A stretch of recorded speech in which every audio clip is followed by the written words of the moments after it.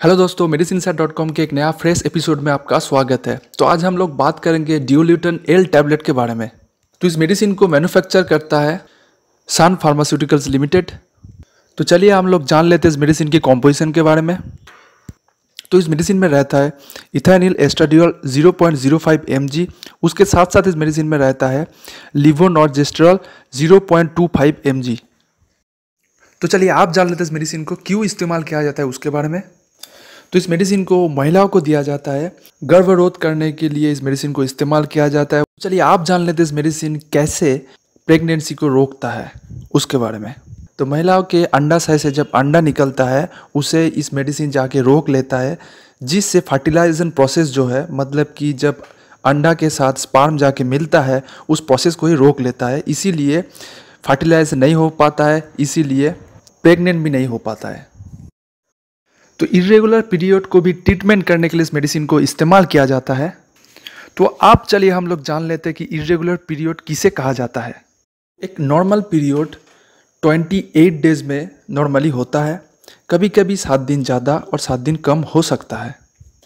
लेकिन irregular period उसे कहा जाता है जब पीरियड 21 डेज में होता है और होने के बाद 8 दिन से अधिक समय तक रहता है। तो पीरियड मिस हो जाना या फिर पीरियड लेट हो जाना, इसे भी इरेगुलर पीरियड कहा जाता है। तो चलिए हम लोग जान लेते हैं इस मेडिसिन की साइड इफ़ेक्ट्स के बारे में। इस मेडिसिन को इस्तेमाल करने से कभी कभी उल्टी आ सकता है और उल्टी हो भी सकता है। कभी कभी सिर दर्द होने लग सकता है, ब्रेस्ट में पेन हो सकता है, बैक में भी पेन हो सकता है, इरेगुलर ब्लीडिंग भी हो सकता है प्रसाव के साथ साथ। उसके साथ साथ इस मेडिसिन को इस्तेमाल करने से बहुत ज़्यादा ब्लीडिंग भी हो सकता है आपके पीरियड के टाइम। तो चलिए हम लोग जान लेते हैं इस मेडिसिन की वार्निंग के बारे में, मतलब कि मेडिसिन को कब आपको इस्तेमाल नहीं करना चाहिए उसके बारे में। तो अगर आप प्रेग्नेंट हैं या फिर आप प्रेग्नेंट होने चले हैं तब इस मेडिसिन को इस्तेमाल मत कीजिए।